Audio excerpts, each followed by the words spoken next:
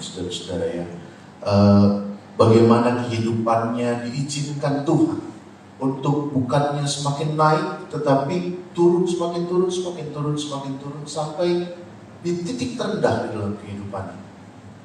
Kehilangan semuanya, gak ada satupun yang tertinggal, hanya bersama-sama dengan istrinya. Tetapi istrinya pun satu kali istrinya bilang sama Ayub, udah tinggalkan Tuhan, kutukilah dirimu, tinggalkan Tuhanmu dan matilah. Ayub ketemu sama teman-temannya bersimpati kepada Ayub, datang kepada Ayub. Tetapi mereka datang bukannya membuat Ayub bebannya menjadi ringan, tetapi justru kedatangan daripada teman-temannya justru membuat Ayub semakin dipojokkan. Kamu salah, kamu begini, kamu begitu. Sampai titik di mana Ayub, kalau saya bilang secara manusia, Ayub frustrasi, saudara-saudara. Dan pasal ini, pasal-pasal berikutnya adalah pasal-pasal di mana kita melihat kata-kata Ayub, kata-kata yang frustrasi. Kata-kata Ayub, kata-kata yang sampai dia bilang, udahlah. Mari kita baca bersama saudara-saudara di ayat yang pertama sampai ayat yang kedua. Ayub 14 ayat pertama sampai kedua. 1, 2, 3. Manusia yang lahir dari perempuan, singkat umurnya dan penuh kegelisahan. Seperti bunga ia berkembang, lalu layu. Seperti bayang-bayang ia hilang lenyap dan tidak dapat bertahan. Dan di dalam kefrustrasian Ayub, di dalam Ayub yang udah pikirannya udah gak tahu kayak gimana, Ayub mengajarkan kepada kita sesuatu yang kita tahu bersama, tetapi kadang kita lupa, saudara-saudara, bahwa hidup ini singkat. Hidup ini singkat. Mazmur pasal yang ke-90 ayat ke-10 mengatakan, masa hidup kami 70 tahun dan jika kami kuat 80 tahun, dan kebanggaannya adalah kesukaran dan penderitaan, sebab berlalunya buru-buru dan kami melayang-layang. Berapa sih umur manusia? Mazmur bilang 70, 80, lebih dari itu udah bonus. Dan orang-orang dunia ada yang punya prinsip hidup itu singkat. Nikmatin aja. Nikmatin aja. Puas-puasin aja. Karena hidup ini singkat. Semua dari kita manusia secara rata-rata kita mengetahui bahwa hidup ini singkat. Tetapi yang menjadi pertanyaan, bagaimana kita menjalani kehidupan kita yang singkat? Salomo bilang, jangan buang-buang waktu dengan kesia-siaan. Pengkhotbah pasal yang ke-11 ayat yang ke-9 saya bacakan buat kita semua. Bersukarialah hai pemuda dalam kemudaanmu. Biarlah hatimu bersuka pada masa mudamu dan turutilah keinginan hatimu dan pandangan matamu. Tetapi ketahuilah bahwa karena segala hal ini Allah akan membawa engkau ke pengadilan. Orang dunia tadi bilang, hidup nikmatin aja. Nikmatin aja. Puas-puasin aja. Karena hidup ini cuma sebentar. Nikmatin aja. Tapi Salomo bilang, iya nikmatin aja. Salomo bilang, seolah-olah Salomo lagi nyindir, saudara-saudara. Nikmatin aja. Ikutin semua yang kamu mau. Ikutin keinginan hatimu. Ikutin matamu lagi pengen apa, ikutin. Tapi Salomo bilang, ketahuilah bahwa itu akan dibawa, engkau akan dibawa ke pengadilan. Salomo lagi mau mengingatkan kita bahwa setelah kehidupan kita yang singkat ini, ada satu kehidupan yang lain. Ada satu kehidupan di dalam kekekalan. Ada satu kehidupan di mana tidak ada habis-habisnya kehidupan itu. Dan kehidupan kita di dalam kekekalan itu ditentukan dari kehidupan kita yang sekarang. Mau kemana kita? Mana yang mau kita pilih? Kekekalan bersama-sama dengan Tuhan atau kekekalan yang disisa di neraka? Pilihan di tangan kita. Ayub sadar betul akan hal ini. bahwa kehidupan manusia yang lahir dari perempuan singkat umurnya dan penuh dengan kegelisahan. Seperti bunga ia berkembang lalu layu, seperti bayang-bayang ia hilang lenyap dan tidak dapat bertahan. Saudara, kita baru saja memperingati Paskah, saudara. Dan saat-saat ini, saat-saat setelah Paskah adalah saat-saat di mana Tuhan Yesus menampakkan dirinya kepada murid-muridnya dan juga kepada orang-orang sekitar. Yang pertama, dia menampakkan diri kepada Maria. Dan Maria gak kenal siapa Yesus. Sampai-sampai Maria terus menangis. Kemana kau membawa Yesus itu? Dan ada satu pertanyaan yang Tuhan tanyakan kepada Maria. Ibu, mengapa kau menangis?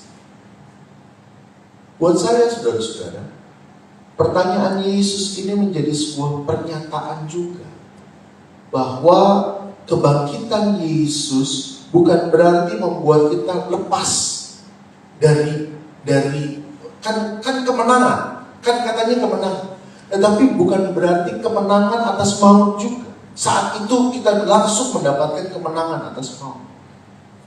Saat itu bukan berarti orang-orang yang kita kasihi, yang percaya sama Tuhan, mereka juga langsung mendapat kemenangan atas maut. Tuhan Yesus lagi mau bilang bahwa kesedihan itu akan tetap ada. Kehilangan itu akan tetap ada. Karena sekali lagi seperti yang Ayub katakan, manusia itu singkat umurnya dan penuh dengan kegelisahan. Tidak berarti kebangkitan Yesus membuat semua orang yang percaya kepadanya langsung menang, langsung gak akan kehilangan orang-orang yang dikasihi.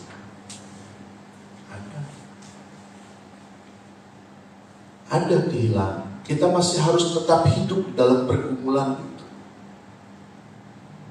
Tetapi kalau saudara perhatikan pertanyaan Yesus kepada Maria, Ibu, mengapa engkau menangis? Ada pertanyaan yang selanjutnya yang Yesus tanyakan kepada Maria. Apa itu? Siapakah yang engkau cari? Siapakah yang engkau cari? Betul. Di dalam kehidupan kita yang gak lama ini, dalam kehidupan kita yang singkat, seperti bunga yang berkembang lalu layu, seperti bayang-bayang yang hilang lenyap dan tidak dapat bertahan, kita masih diizinkan Tuhan untuk mengalami kehilangan demi kehilangan. Kita masih diizinkan Tuhan untuk mengalami persoalan demi persoalan yang membuat kita menangis. Tetapi pertanyaan selanjutnya yang harusnya menjadi koreksi bagi kehidupan kita. Pertanyaan selanjutnya kepada Maria, juga pertanyaan itu ditujukan kepada kita semua. Siapakah yang kau cari?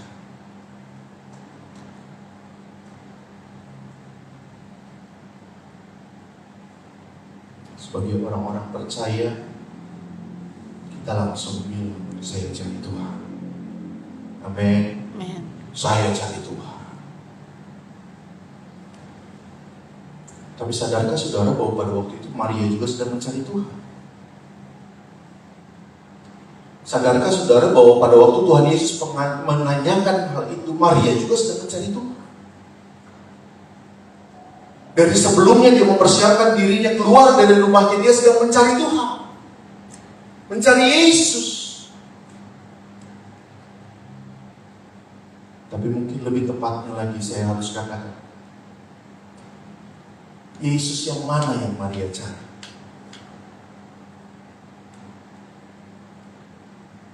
Saat itu Maria mencari Yesus yang mati. Maria mencari jenazah Yesus. Dia pengen balur jenazah Yesus dengan wangi-wangian. Maria mencari Yesus yang mati. Maria tidak mencari Yesus yang hidup. Maria tidak mencari Yesus yang bangkit. Maria tidak mencari Yesus yang sudah mengalahkan maut. Maria cuma mencari Yesus yang mati.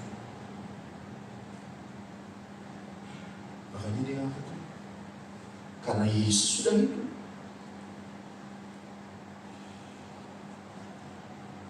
Apa maksud saya bilang? Saudara, seringkali di dalam kehidupan kita yang fana, kita mencari Yesus yang mati. Saudara mungkin bilang, gak apa kayak gitu. Tetapi mari koreksi diri kita. Waktu kita datang ke tempat ini, waktu kita berdoa, waktu kita menghadap Tuhan, apakah kita percaya kuasa kebangkitan? Apakah kita percaya bahwa kita sedang menghadap Allah yang hidup? Apakah kita sungguh-sungguh percaya waktu kita datang ke gereja, kita sedang datang kepada sumber kehidupan? Atau itu semua sudah jadi sebuah rutinitas? Ya, saya datang ke gereja, namanya juga orang Kristen.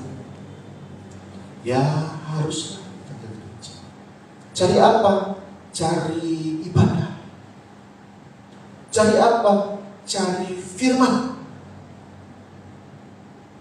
Tapi apakah kita menghidupi firman itu? Apakah kita mencari Yesus yang hidup?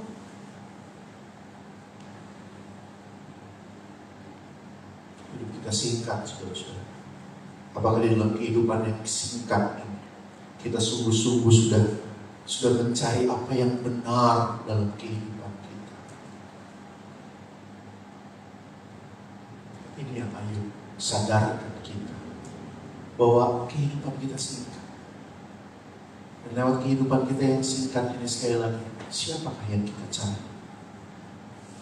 Itu yang pertama, saudara-saudara. Yang berikutnya kita baca di dalam ayat yang ketiga sampai yang ke-6, saudara-saudara. Ayat pasal 14 ayat yang ketiga sampai yang ke-6. Kita baca ayat ini bersama-sama. 1, 2, 3. Masakan engkau menunjukkan pandanganmu kepada orang seperti itu dan menghadapkan kepadamu untuk diadili? Siapa dapat mendatangkan yang tahir dari mandang najis? Seorang pun tidak. Jikalau hari-harinya sudah pasti dan jumlah bulannya sudah tentu padamu, dan batas-batasnya sudah ditetapkan sehingga tidak dapat dikelilinginya. Hendaklah kau alihkan pandanganmu daripadanya agar ia beristirahat, sehingga seperti orang upahan dapat menikmati harinya. Saudara, dari ayat-ayat ini saya melihat sesuatu yang unik, saudara-saudara. Saya melihat sesuatu yang, maaf, agak kurang ajar. Ayub ngomong sama Tuhan. Ayub ngomong sama yang maha kuasa. Tapi dia bilang seperti ini. Masa kan kau menunjukkan pandanganmu kepada orang seperti itu dan menghadapkan kepadamu untuk diadili? Siapa yang dapat mendatangkan yang tahir dari yang najis? Seorang pun tidak. Ayub ngomong sama Tuhan, Tuhan, kita nih nggak ada yang tahir. Kita nih semua najis. Masa engkau mau istilahnya beradu sama kita? Ya nggak mungkin kita menang. Ayub lagi ngomong seperti itu. Dan ayat yang 5 ke 6, jikalau hari-harinya sudah pasti dan jumlah bulannya sudah tentu padamu dan batas-batas sudah kau tetapkan sehingga tidak dapat dilangkahinya, hendaklah kau alihkan pandanganmu daripadanya agar ia beristirahat, sehingga ia seperti seorang upahan dapat menikmati harinya. Ayub ngomong gini, Tuhan, kita nggak bisa buat apa-apa sama Tuhan. Semua sudah ditetapkan, hari-harinya sudah ditetapkan, jumlah bulannya sudah tentu, batas-batasnya sudah Tuhan sendiri yang tetapkan. Kita nggak mungkin melawan Tuhan. Jadi nih Tuhan ya, Tuhan tolong, udahlah biarin aja kita ini. Itu di ayat yang ke-6. Hendaklah kau alihkan pandanganmu daripadanya agar ia beristirahat. Udah dong, biarin dong kita, biarin dong saya, jangan ganggu. Ngomong sama Tuhan kayak gini. Jangan ganggu dong Tuhan. Biarin saya kayak gini. Semuanya juga udah Tuhan atur kok. Parah. Ayub memperkatakan, Ayub tadi yang saya bilang pertama, Ayub yang frustrasi. Lagi memperkatakan keluhannya sama Tuhan. Bahkan kalau saya bilang protesnya sama Tuhan.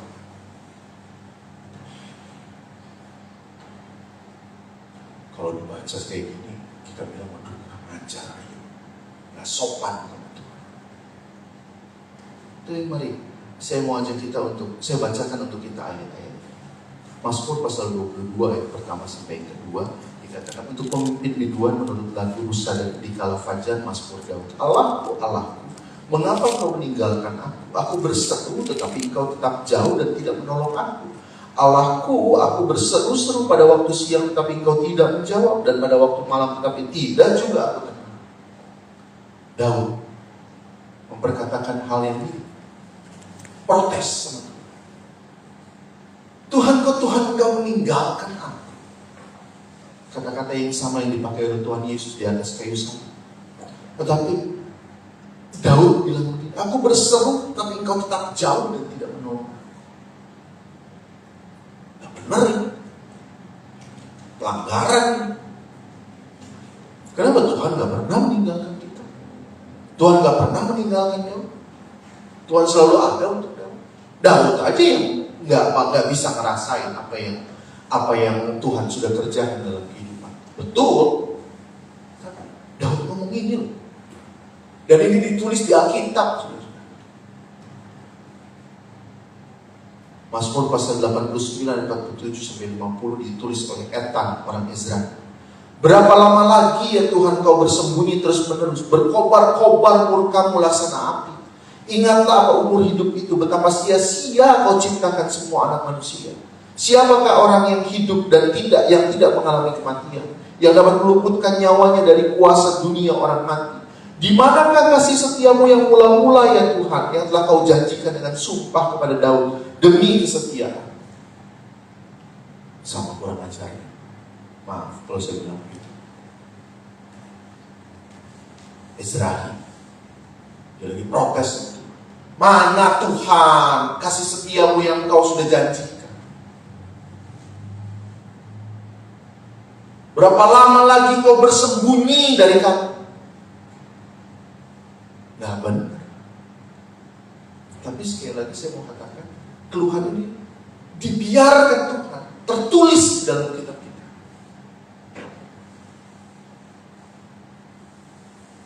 Terakhir, Yeremia pasal 20 ayat yang ke-7, saya bacakan versi firman Allah yang ini. Lalu aku berkata, ya Tuhan, kau telah memperdayakan hamba ketika kau berjanji akan menolong hamba. Mau tidak mau, hamba harus menyampaikan firman-Mu karena kau lebih kuat daripada hamba. Tetapi hamba ditertawakan, diejek oleh semua orang sepanjang hari. Keluhan Yeremia. Yeremia sampai bilang begini, Tuhan kau memperdayakan aku. Bahasa yang lainnya mengatakan, Tuhan kau menipu aku. Di bahasa yang lainnya lagi dikatakan, engkau telah memaksakan kehendak terhadap. Enggak sopan banget, saudara-saudara. Diperkatakan oleh orang-orang hebat, orang-orang luar biasa. Daud, Yeremia, Etan orang Ezra, Ayub. Akhirnya saya mengambil kesimpulan begini, saudara. Orang-orang hebat ini pernah mengeluh sama Tuhan. Dan apakah Tuhan menghukum mereka karena keluhan itu? Tidak. Saya melihat bahwa Tuhan mengizinkan anak-anaknya mengeluh. Tuhan membiarkan. Tuhan kasih waktu.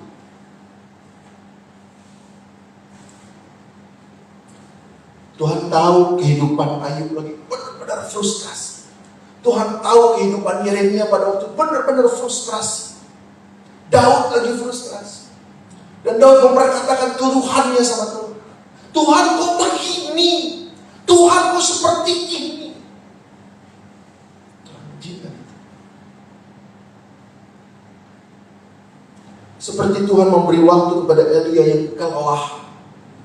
Waktu dia habis mengalahkan semua nabi-nabi Baal, nabi-nabi Asyir, Yeremia kelelahan dan akhirnya dikejar oleh Isabel.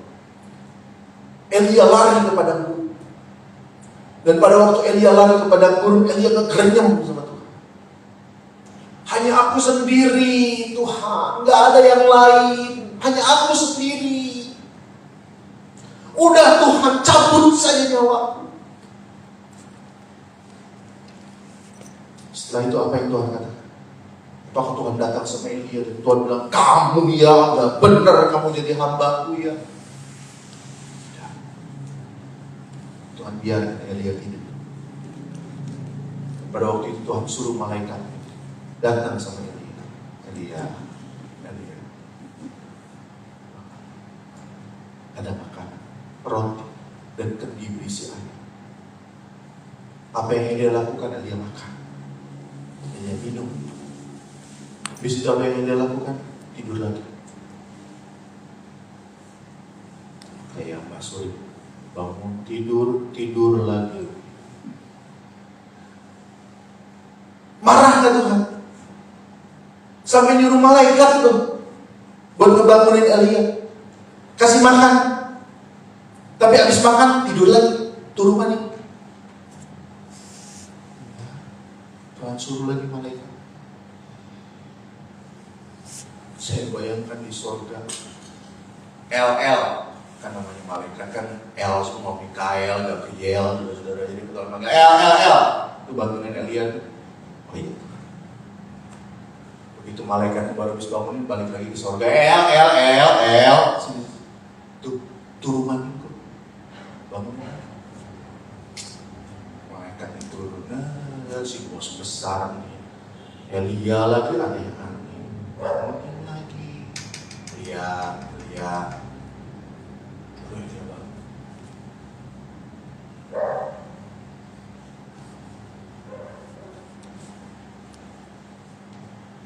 Apa yang saya mau katakan buat kita semua? Saudara, dia itu Bapa kita. Dia itu Bapa kita. Dia tahu sekali kalau kita lagi frustrasi. Dia tahu sekali kalau kita datang sama dia dan Dan saya mau bilang, pada waktu kita berhadapan dengan Tuhan, perkatakan saja. Perkatakan saja Tuhan.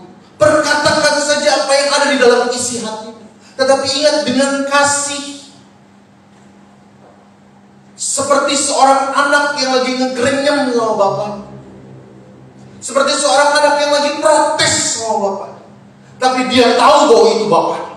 Dia tahu bahwa itu bapak yang tidak pernah akan memberikan yang buruk buat anak.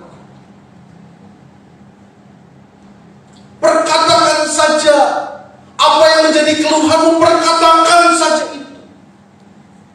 Karena dia Bapa kita. Saya tahu benar anak saya. Dan dia datang sama saya dan bilang, B, tapi itu saya ngasih sama Kim. Kim itu nakal ya dia, banyak salahnya. Pada waktu dia datang sama saya seperti itu, apakah saya bilang, iya, nah itulah kamu udah ngerti kan? Nah makanya mulai dari sekarang kamu nih ya, dengerin nih papi ngomong nih. Enggak, saudara-saudara. Waktu dia datang kepada saya dengan muka yang dia menyadari, kok gini ya. Dan dia datang sama saya, papi masih sayang masih sama ini. Papi, Kim itu nakal ya. Pada waktu dia datang kepada saya seperti itu, saya nggak akan mungkin marahin dia. Saya akan peluk dia dan saya bilang, kamu anak apa? Kamu anak saya, yang saya kasih. Izinkan saya mengingatkan kepada kita semua pada pagi hari ini. Demikian juga dengan Bapa kita yang ada di surga. Datang dengan hatimu. Kalau memang hatimu lagi berat, kalau memang hatimu mungkin lagi protes sama Tuhan, datang sama dia. Jangan datang sama orang. Datang sama dia. Perkatakan apa yang menjadi keluhan. Perkatakan apa yang menjadi isi hatimu di hadapan. Dan dia akan mendengar semuanya itu. Karena apa? Karena dia Bapa kita. Tapi saudara-saudara yang terakhir, pasal ayat yang ke-15 dan 17 saya bacakan buat kita semua. Maka engkau akan memanggil dan aku pun akan menyahut. Engkau akan rindu kepada buatan tanganmu. Sungguh pun engkau menghitung langkahku. Engkau tidak akan memperhatikan dosaku. Pelanggaranku akan dimasukkan di dalam pundi-pundi yang dimeteraikan, dan kesalahanku akan kau tutup dengan lem. Saya mau ingatkan buat kita semua, jangan cuma berakhir sampai situ. Jangan cuma berakhir sampai keluhan. Jangan cuma berakhir sampai protes. Protes boleh, mengeluh boleh, tapi jangan berakhir sampai situ. Akhiri keluhan kita dengan kata-kata iman. Amin. Akhiri keluhan kita, akhiri protes kita dengan kata-kata iman. Ayub memperkatakan kata-kata iman. Ayub bilang sama Tuhan, maka engkau akan memanggil dan aku pun akan menyahut. Engkau akan rindu kepada buatan tanganmu. Sungguh pun engkau menghitung langkahku, engkau tidak akan memperhatikan dosaku. Pelanggaranku akan dimasukkan ke dalam pundi-pundi yang dimeteraikan, dan kesalahanku akan kau tutup dengan lem. Ayub tutup protesnya. Ayub tutup keluhannya dengan kata-kata iman. Maaf, sudahkah ini terjadi? Sudahkah Tuhan kasih tunjuk sama Ayub bahwa ada jawaban Tuhan kepada Ayub? Sudahkah Tuhan kasih tunjuk sama Ayub bahwa inilah jalan buat kamu? Sudahkah Tuhan kasih tunjuk sama Ayub bahwa ini kesembuhanmu? Belum. Ayub masih ada tersungkur. Ayub masih garok-garok badannya dengan beling. Ayub masih bertumpu dengan abu. Ayub masih kesusahan. Ayub masih menderita. Tidak ada tanda bahwa dia akan diangkat. Tapi dia tetap berkatakan iman. Kau tutup dosaku. Betul, saya tadi protes sama Tuhan. Iya, sakit Tuhan. Iya, gak enak nih Tuhan, gak enak. Tapi Tuhan, itu semua gak mengurangi kepercayaanku kepadamu. Itu tidak mengurangi kasihku kepadamu.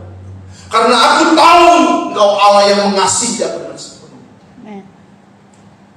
Jangan lupakan itu, saudara. Jangan lupakan itu. Perkatakan itu. Karena Paulus bilang dalam Roma pasal 10 ayat ke-8, tetapi apakah katanya ini firman itu dekat kepadamu, yakni di dalam mulutmu dan di dalam hatimu, itulah firman iman yang kami beritakan. Perkatakan iman. Karena iman itu akan menjadi firman, kekuatannya akan menjadi sama seperti firman.